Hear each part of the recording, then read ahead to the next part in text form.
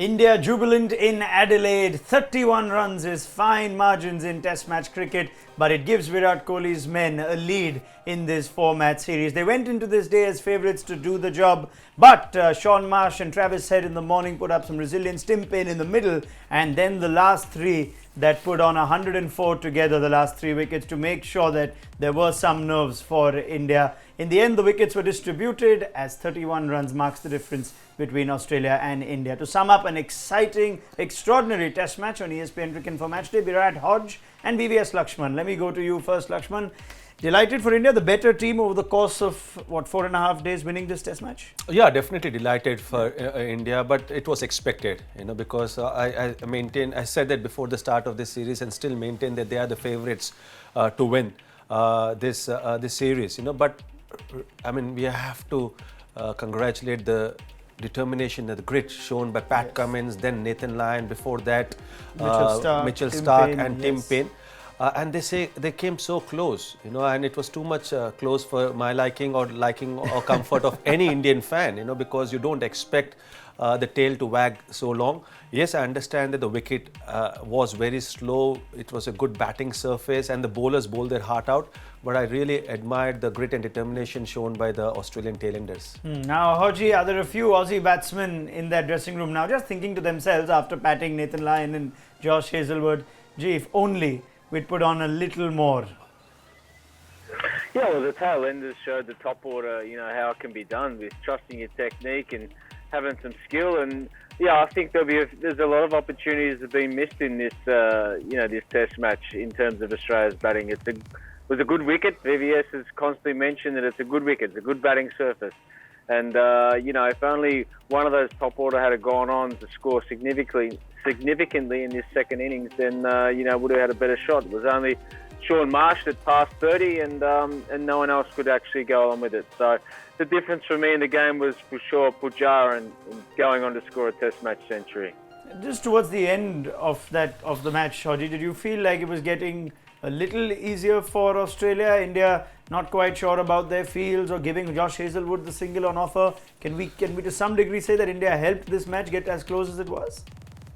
Yeah, look, it certainly started to heat up. The crowd started to get into it. There was a lot more excitement from the Australian side of the fans. The Swami Army were busy all day, but you could sense that the 2.5 hour session at the start of play, and then the extra half an hour tacked on because the 9 wickets out, you could see that the Indians were just starting to get a little bit tired. Ashwin had bowled consistently all day with limited rest. The quicks operated for 2.5 hours, and you could sense that Virat Kohli, even though he was trying to keep calm, was just starting to feel a little bit of pressure, and the Aussies' belief was starting to increase as well. It was a pretty cool finish to a Test match. A couple of dropped chances added to that drama of both Pat Cummins and then Nathan Lyon. But just to capture how this day went on, you've been saying throughout that it's been a good pitch to bat on. Yeah. So is it just two batting teams that are struggling to get top form and everything getting going, or two bowling units that have kept batting in check for an extraordinary amount of time this Test? I think there's no doubt that the bowlers have done a tremendous job. This was not an ideal wicket for the bowlers. You had to bowl with a lot of discipline and patience. You can't just run through a batting side. And both the sides bowling unit have shown their discipline. Except probably I still think that Mitchell Starc was not at his best. But having said that, when the tailenders of Australia can do that, when Pujara can do that, can show that if you are patient, if you can grind it out, then runs are there for the taking on this wicket as well. So it's not about going out and playing with the natural flair, flamboyance. So there's some wickets where you have to grind, and when you're playing at the international cricket, you have to adjust your game based on the conditions you're confronting. But there's a lot of lessons to be learned, for both the batting sides. For India, on the first day, the first 1 hour, the loose shots they played, when it demanded to show more discipline, more grit, more patience, especially when you're playing the first innings of the Test series, especially when you know that the plan of the opposition bowling lineup is to get a nick. They were bowling in the channel or the corridor of uncertainty, some loose shots away from the body. And then same with Australia. The top order played didn't gifted away the wickets to the Indian bowlers. Yes, the Indian bowlers built a lot of pressure, but you see the way Harris got out, Finch not reviewing the decision, the way Khwaja threw away his wicket, Peter Hanscom did that, and then the way India had that brilliant initiative, especially when Pujara and Rahane had that wonderful partnership, but to lose 5 wickets, last 5 wickets for just 29 runs, and we mentioned at the end of the third day that can prove costly, and it almost proved costly for Team India. So all these things are something to learn and take going forward. I think the batting group of both the sides should realize that we cannot depend only on the bowlers. Now, if you did follow India's expeditions in England or even South Africa, you would know that this has been a problem. Therefore, your eyes would have been raised when you would have been a bit nervous when the lower order came in and started showing up some fight, because as far as India go against the lower order this year, against numbers 8 to 11 in tests in 2018, India actually have the poorest bowling average. And I don't have Ajit Agarkar here to try and explain why that happens, but I'm trying to still figure it. It's not just when the game's with you. We've seen in England many times India were in control and then some low rearguard action took the game away from them. What happens, VVS, at a time when you've got all of it? Can concentration levels just drop? I think concentration levels should not drop. But the thing is, when you take the top 6 batsmen out, and get their wickets, invariably as a bowler, the mindset is to run through the tail. And in trying to do that, sometimes you'll not stick to your game plan. Sometimes you may lose patience, or you try too many things. And in the bargain, a partnership developed, and that's exactly what happened when India toured England. Because majority of the games, they were 4 or 5 wickets down, and someone like Sam Curran comes and scores a half century, and then slowly turns the tide towards the home team. And it's more about executing your game plan. Like today, as the partnership between Cummins and Nathan Lyon was building, you could make out that the bowlers were trying too many things in trying to get that wicket. And it does happen. But when the top 5 get out, I think it's important to stick to the basics. The reason why you got the top 5 wickets is the way you want to continue rest of the innings as well. So just losing that patience allows the tailenders to score runs, and this is something which India doesn't afford in this tour, especially because the top order looks inexperienced. The top order of Australia looks that they don't have a game plan or clarity about how to go out and get runs. But the way the tailenders have applied, they were more assured than the top order batsmen. You see the way Pat Cummins batted in the second innings, Nathan Lyon batted in both the innings, Mitchell Starc, even though both the innings he got out playing that big shot, Tim Payne can bat with patience. So I think the bottom half of Australia looks more assured than the top half of Australia as far as batting is concerned. Well, they put on more than half the runs, did the final 5 wickets. So VVS Laxman's point being made. And now, in spite of how resilient the lower order was, and maybe that takes the sheen away a little from the Pacers' performance in this test match, but we just look at the bowlers and do a further assessment of them. And we did ask Brad Hodge and VVS at lunchtime today whether they feel that the Pacers from India have outbowled those from Australia, and the numbers tend to suggest that 14 wickets at 23 for India's Pacers, Hodge, and 11 wickets at just under 28 for Australia's. We're also going to just focus on their lengths in a bit. Now, when India came here, they knew that maybe they expected their batting to at least better or match the Australian batting, but I think they'll be taking a lot away that they've managed for their bowlers to outbowl the Australian bowlers.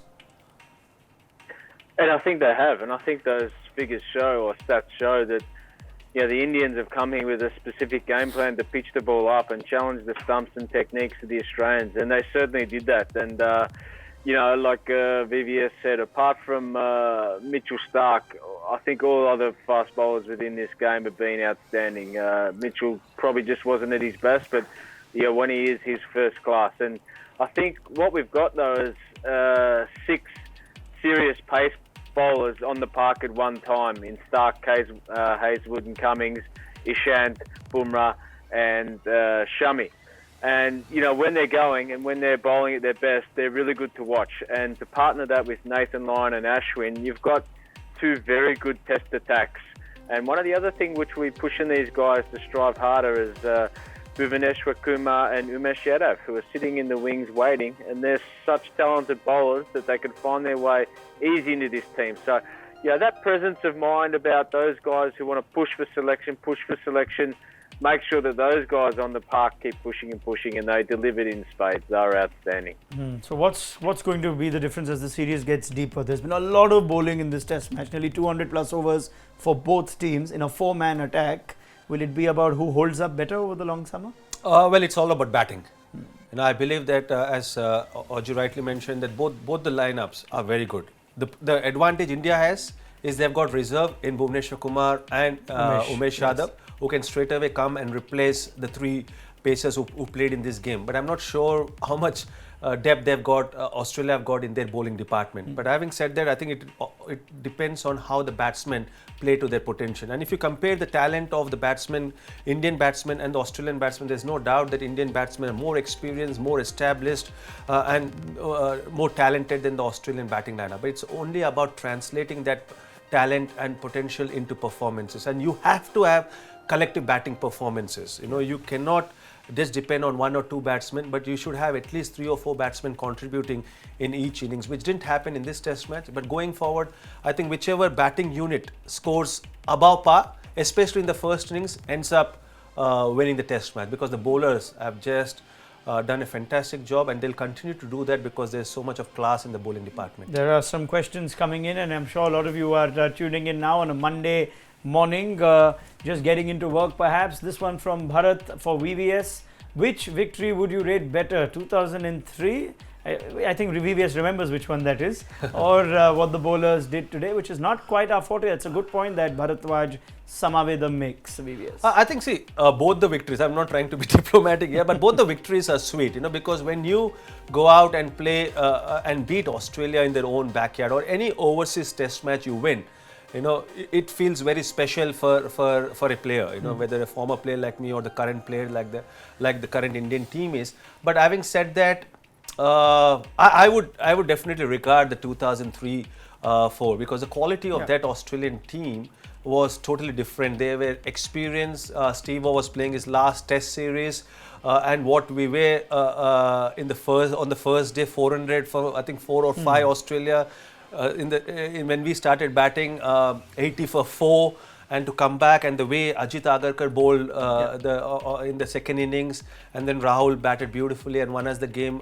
So I think and for me, a chase after all, a fourth innings chase. But I think me being part of that test match, that was special for me. But if you ask any current Indian team, this win will be special. I just thought you were getting off the diplomatic fence, but now you've leveled them both. But the quality of that Australian team can't be especially the batting unit. Sure. I mean, from number 1 to number 7, everyone could bat and score runs, and that too big runs. Yeah. Why pick? I think we'll just pick Adelaide as India's favourite. Yeah, I think that's brilliant. That's all that we should. No wonder it starts here, not in Brisbane. But if we are talking about similarities between 2003 and 2018, it has to come down to just that one man with the bat. Now India's number 3 made 100 and a 50 in that game, as he did in this one. And Tim Payne said it, Hodge, at the post-match presentation.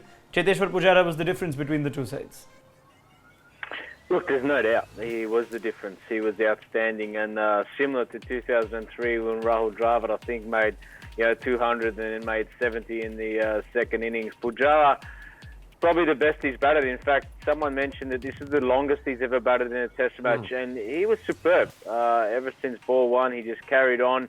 He pushed the run rate up at the end of play on day 1, and then come back and back it up in the second innings was the difference, because he went on to get 100, and no one else in the game actually even looked like posting 100. So it was an outstanding individual performance. I'll also say that Rishabh Pant, that his efforts behind the stumps were outstanding as well. He's one catch away from breaking the all-time record of catches behind the wicket.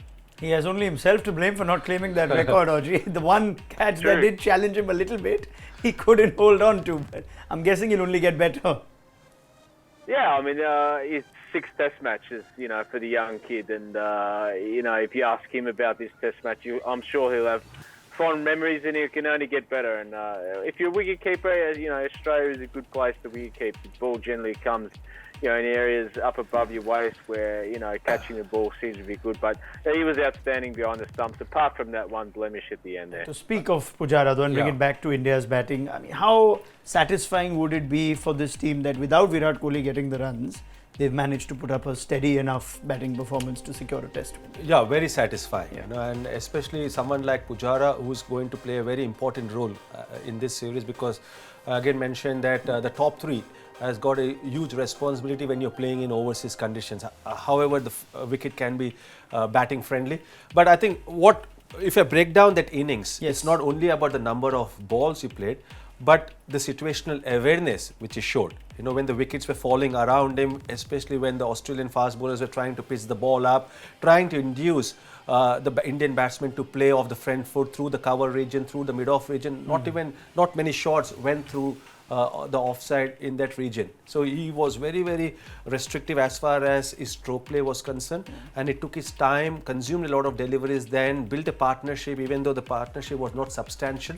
And the second important thing was the way he accelerated when he batted with the tail. And that's a different Pujara for me I have seen on this tour. The previous one was against New Zealand at Indore, when India were looking to declare against the spinners, and that has been his forte, how he plays the spinners. He started playing unconventional shots which I've never seen Pujara play before. But here for the first time I saw Pujara pull, hook and also play the uppercut. You saw some of it in England too, Southampton. Uppercut, but the way he accelerated and farmed the strike, that is so important, and not very often a number 3 batsman gets to play with the tail. So I think that was something very special. The other thing which was very special was the way he negated the effectiveness of Nathan Lyon. Of course, the way he used his feet, almost pushing Nathan Lyon a yard or two towards him, and making sure that he bowls little more short pitch deliveries compared to the usual length you see Nathan Lyon bowling. And that was so important, keeping in mind that there was a rough in front of Pujara or the right-hand batsman. So these 3 aspects of Pujara's batting was something which I am really excited seeing, because what you want from the batsman is while you go about getting runs for yourself, slowly you're inspiring your teammates, and that's what Pujara has done in this test match. That's a good point you make, because Ajinkya Rahane tried it as well then, and that one partnership you'd say was what sealed India's solidity or control over this game. And Rahane was struggling against Moeen Ali in England. You see Pujara finding a way. You can feed off that, can't you? You do that, and then you start discussing and you throw various ideas, and amongst yourself you discuss what is the best method, and then each individual will stick to his own game plan and stick to what works for him. But having said that, it's great, and I totally agree with you, because over the last 2 series, India have been overly dependent on Virat Kohli. And in both the innings, Virat Kohli didn't get runs, but still India went on to win the match thanks to Pujara's brilliant effort and the way the bowlers have contributed. Pujara will remember this for a long time, and what a start to a long summer to get 100 and a 50 to kick things off. So well done to Cheteshwar Pujara. Lots of questions coming in, as I can imagine. It's a happy day. It's not that India takes leads in test matches overseas very often. This is from Shrirup Mukund on our Facebook Live page. What will happen when the top order collapses? Is the middle order still that strong that they can finish high? Who, according to you, can take the place of UV, Kaif or Dhoni in the middle order? Okay, that's an interesting question. I'm not sure if it's for limited overs or for test cricket.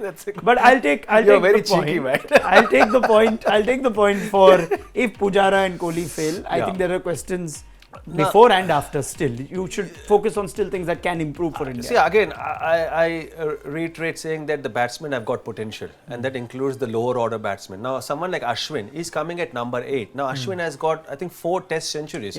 And he has done that, against West Indies, but he has done when the situation was tough and conditions, especially some. I remember the 100 he got against them in St. Lucia. He along with the Saha on a green top, where the ball was seaming around, swinging around. So it's all about applying yourself. Again, 5 wickets for 29 doesn't do justice to the lower order capability as a batsman. Shami can bat, except for Bumrah. I think everyone in that batting lineup can stick around there. Ishant Sharma has played so many important knocks for Team India. So it's only about believing in yourself and making sure that you value your wicket. And if you're not valuing your wicket, then you're not doing justice to yourself and the team. But there is potential. I use the word potential a lot with this Indian team, because when you see a player you can judge whether that player is capable of performing at the highest level or not. And in this Indian team, there's no doubt that the players who are there can perform, but it's just translating that potential into performances, which hasn't been the case in the batting department. It's been brilliant with the bowling, but not so consistent with the batting. Overseas conditions. How things change for Indian cricket. We're relying on the fast bowlers, but the questions of improvement will stay on the batsmen. There are some questions for Brad Hodge too for Australia, and I'm sure there would be Jessica Joseph. Is Aaron Finch the best option to open for Australia? Hodge? Well, look, not in my opinion, actually. I think he's more suited to down the order, and I think that'll be one of the questions which, Justin Langer and his team will have to look at, especially going forward to Perth, where, I think that Aaron Finch is more suited to the middle order. Having said that, though, he's picked to open and he'll be challenged in Perth, but for me, I think there's an opportunity to push Usman Khawaja up. I don't think they should change the team, but they can push Usman Khawaja up, who's a traditionally opening batsman.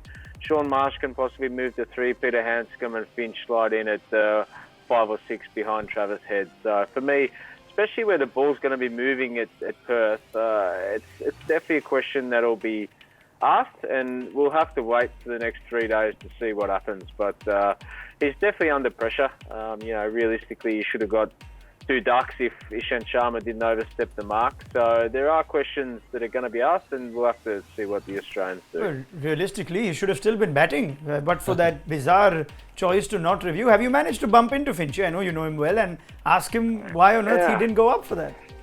Yeah, I think it's this nice guy attitude which the Australians are going for. He sort of said that he didn't want to give the impression that he was, trying to be selfish for himself, knowing that he's under pressure. So, that's just the mindset. He's such a great guy, Finchy, but, in that sense, we really needed him to, if there's any questions at all, if there's any doubt, especially as a top order bat, you've got to question it. So, that was just the mind frame, that he was in. I'm not sure this goes in the bracket of elite honesty, Finchy, that all of the rest of the world is taking the dig at the Aussies for, but it's a nice start for Aaron Finch to try and put the good guy approach out. Let's see one more for Brad Hodge. Questions pouring in for both VVS and Hodge. I can see that on our Facebook Live, and we'll try and take as many as we look back at this fascinating test match. Kaustubh Krishnamurthy, what's different in the way players are taking on the bouncer? India seemed comfortable, and Head, Payne and Hanscom going down to bouncers. This seems so different to the last 25 years, or is it just the confidence? Yeah, we saw that, a few Aussie batsmen getting hit on the helmet and whatnot. Hodge, observations? Yeah, for me it was the change in direction actually, so, or the unpredictability of the Indian quicks. What they did, they pitched the ball right up. So when the bouncer came, it was a surprise, and you saw the effort of Ishant Sharma. There was 5 balls pitched up and around off stump that was there for Travis Head to decide whether he wanted to play or not to play. And then the real effort ball, the short ball, which caught the batsman by surprise. That's the difference, I think. Instead of consistently short, where a batsman can get used to the pace and bounce, this was a better method of full short ball. So it did catch the Australian batsman off guard. But they're all good short players of the ball, but credit to the Indian bowlers.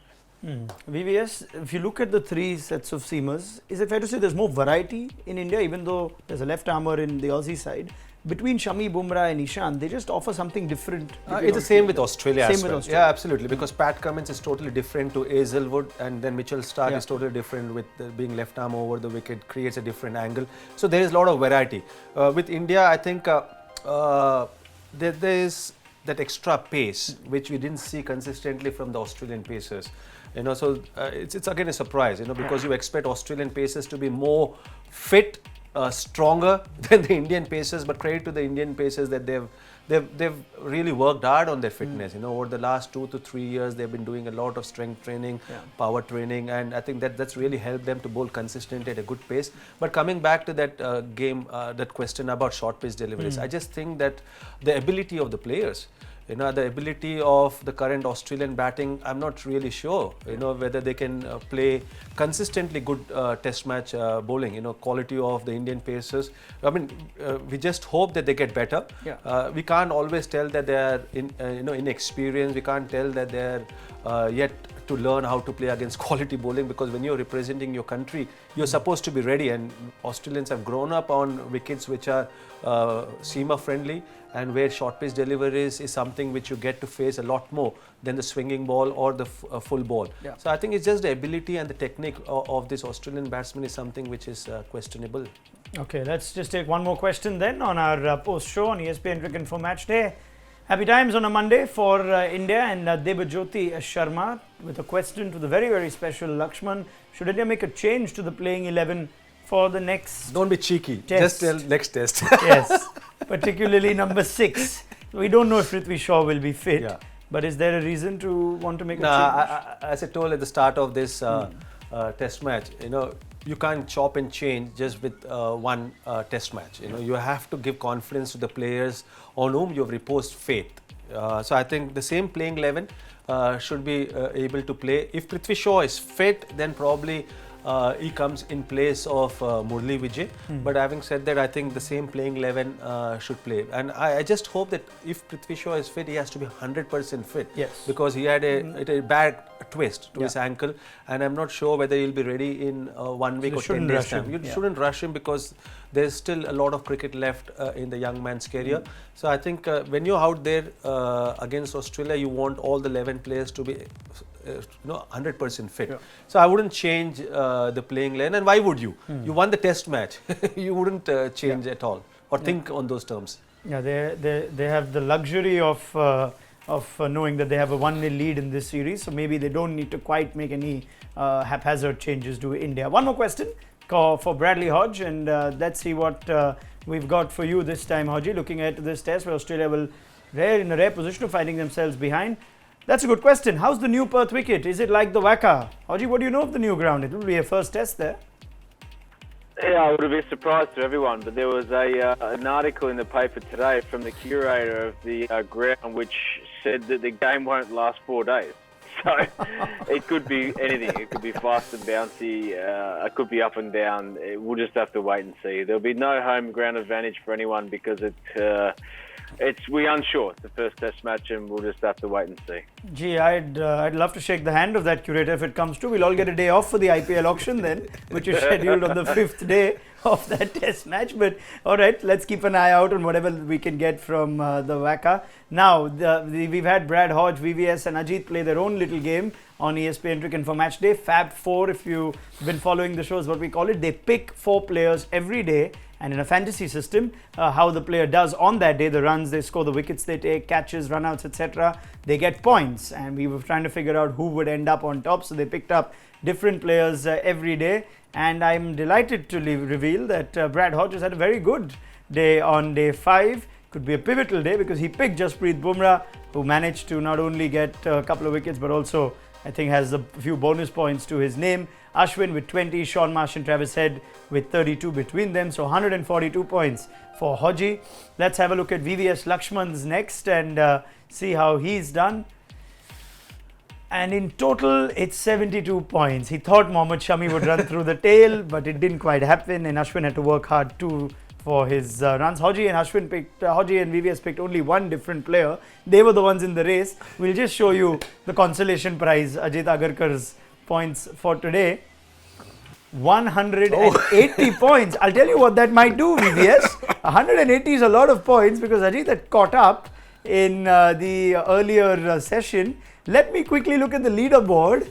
My God, he's pipped you at the very end, VVS, for the silver medal. So 622 for Laxman, 639 for Agarkar, and we have an unprecedented winner. If Australia may not have won the test, at least they've won Fab 4. Brad Hodge, congratulations, well done. There are bigger selections maybe that could use your services.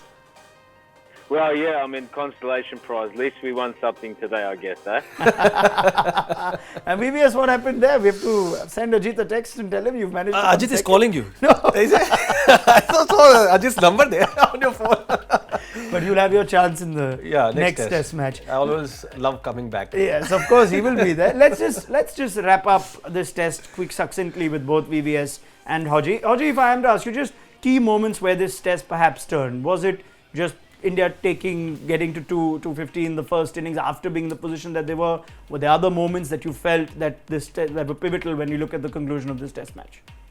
I think there were a couple. I think late on day one in the second new ball when Mitchell Starc wasn't his best and Pujara was able to get a few cut shots out, a few pull shots, a few uppercuts, and the scoring went quickly when it really was in the balance.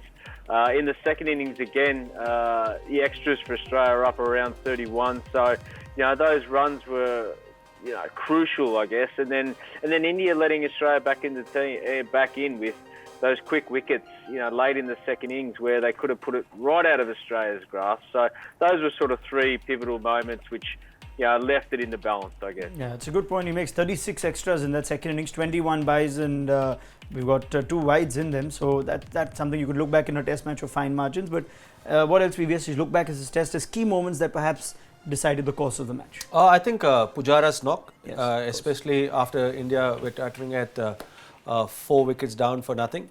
But I feel Australia lost the initiative when they didn't take or capitalize on the chances they had.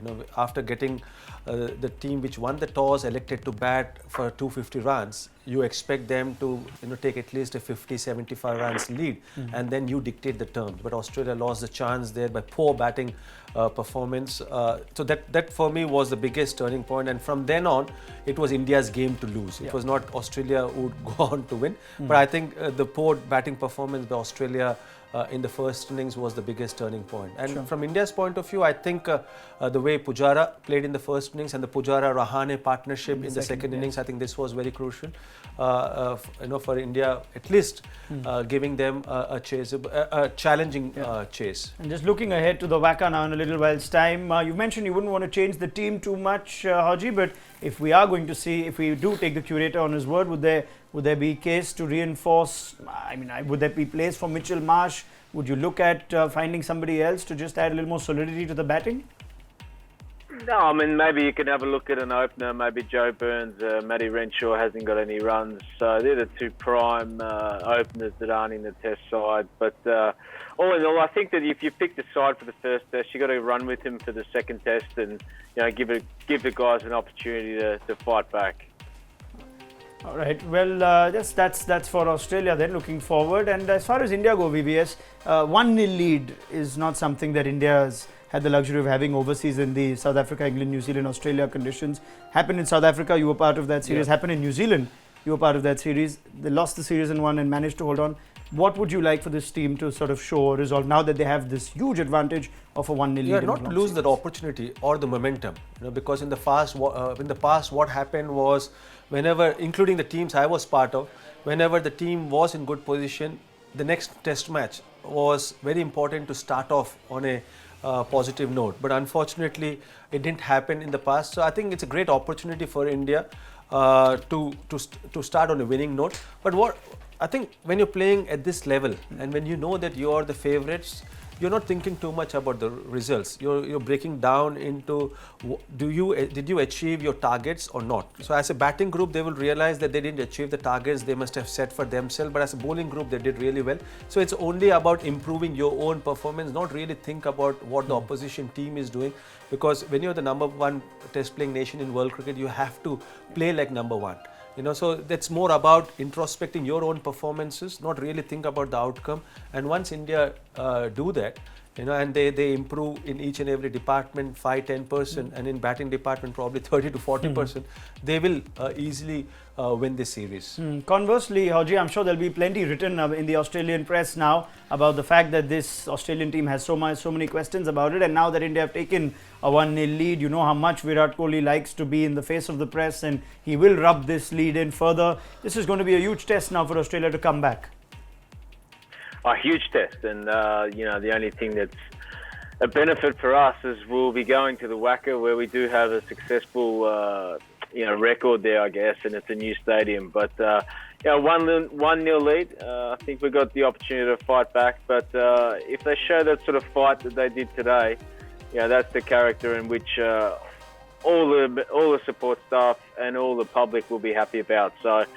Yeah, good credit, but we need to come back pretty strong. I think also it will be interesting to see how Tim Payne will react to this loss, because as a captain, you always face the heat, and also the shot he played today after lunch, immediately after lunch. So I think he will be under tremendous pressure, like the way he has been since the time he's taken the role of captaincy. So that will be really interesting how Tim Paine, the leadership group of Australia, will react to this defeat. What messages they're communicating to the members of the team, I think that will be very interesting to see the leadership qualities of Tim Paine and Justin Langer. Yeah, Justin Langer not used to losing in his time as a player, and he's already said quite a few things in the build-up to this series. So it should make for some fascinating narrative, which always tends to accompany an India-Australia series. Now, before we leave you on the final moments of this show, Hodge, you've done well on winning the Fab 4 leaderboard for this Test match. So the prize for you is going to be VVS Laxman's recently released book. It's his story in his words. I've already had the pleasure of reading it, and I'm sure you'll enjoy it. So I'm going to ask Laxman to actually sign you a personalized copy, and then we'll take the trouble of sending it to you before you join us again in this series. So is that a good enough prize, Mr. Hodge? You know what I'll do? I can't wait to read it. I'm sure it's a great publication. I'll quickly get a book out and publicise myself. When Laxman wins in Perth, I'll happily sign one and send one to him. And I will be looking forward to reading your book, especially the time you spend with Kochi Tuskers. And conversely, Hodge, once you're done with the book, feel free to pass it on to Greg Chappell for a quick read if you'd like to read it as well. I'm sure he'd make for that.